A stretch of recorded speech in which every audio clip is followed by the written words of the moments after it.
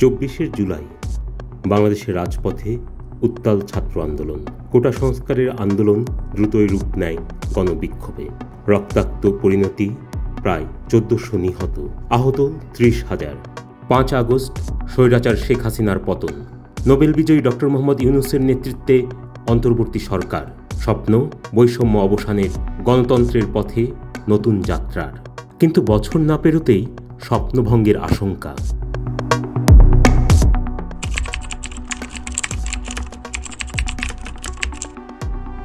ছাত্র জনতার আন্দোলন দমন করতে মাঠে নেমেছিল পুলিশ ও আওয়ামী বাহিনী। প্রাণ হারায় শিশু, কিশোর, শিক্ষার্থী, শ্রমিক, মুক্তিকামী মানুষ। বিক্ষোভ রূপ নেয় বিস্ফোরণে। সেনাবাহিনীর সমর্থন না পাওয়ায় পতন ঘটে সরকারের। গঠিত হয় অন্তর্বর্তী সরকার।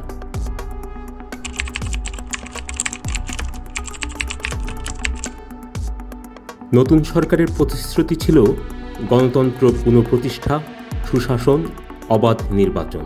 কিন্তু বাস্তবতা আমরা পেয়েছি সিদ্ধান্ত গ্রহণে দুর্বল এক সরকার। নিয়ন্ত্রণহীন আইন শৃঙ্খলা পরিস্থিতি, প্রতিশোধ পরায়ণতা, মব সন্ত্রাস, জুলাই যোদ্ধা, কারো কারো বিরুদ্ধে দুর্নীতির অভিযোগ, বৈষম্য ও ঘৃণার বিস্তার, তৌহিদি জনতার নামে বিশৃঙ্খলা, আক্রান্ত নারী, প্রান্তিক ও ভিন্ন মতের মানুষ, আক্রান্ত মুক্তিযুদ্ধ, এমনকি জাতীয় সঙ্গীত।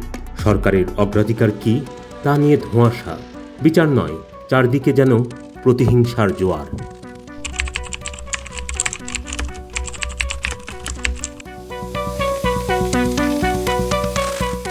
গণ আন্দোলনের অগ্রনায়কদের মধ্যে অল্পদিনেই শুরু হয় বিভক্তি। ঐক্যের ডাকেও যা আজ আর মিলছে না। শুরু থেকে অভিযোগ ওঠে স্বজনপ্রীতি, চাঁদাবাজি, তদবির ও দুর্নীতি। অন্তর্বর্তী সরকারের পৃষ্ঠপোষকতায় করা জাতীয় নাগরিক পার্টি সহ জন্ম নেয় একাধিক রাজনৈতিক দল। ভেঙেছে জুলাইয়ের ঐক্য, বেড়েছে বিভেদ। যার মূলে কাজ করেছে নীতি নয়, স্বার্থের দ্বন্দ্ব। এর পেছনে সরকারের একপেশে নীতির দায়ও কম নয়।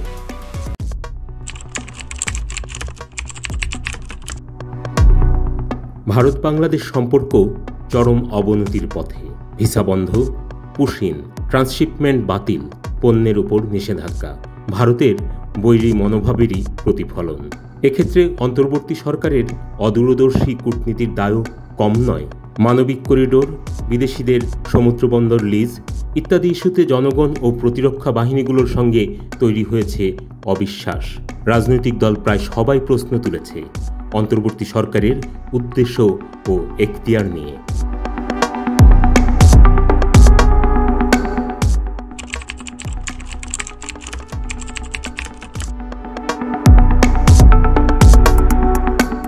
নিরাপত্তাহীনতা, গণপিটুনিতে হত্যা, মবের তাণ্ডব, স্বাধীন মত প্রকাশের ভয়, গণমাধ্যমে সেলফ সেন্সরশিপ, সামাজিক যোগাযোগ মাধ্যমে ঘৃণার চাষাবাদ ও মবের হুমকি, কালাকানুনের ব্যবহার, বিচারের নামে প্রহসন, মানবাধিকার পরিস্থিতিকে করে তুলেছে ভয়াবহ। সাইবার নিরাপত্তা, গুম খুনের বিচার নিয়ে আইন করা হলেও তা আন্তর্জাতিক মানদণ্ডে উত্তীর্ণ নয়। হিউম্যান রাইটস ওয়াচ বলছে আইনগুলো পুরনো অন্যায় মুছে ফেলার চেয়ে নতুন নিপীড়নের দরজা খুলছে বেশি।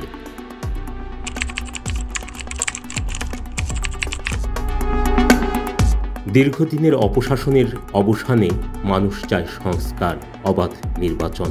কিন্তু অন্তর্বর্তী সরকার এই দুটোকে মুখোমুখি করে তৈরি করেছে সন্দেহ ও সংশয়। বিভেদ আরও বেড়েছে।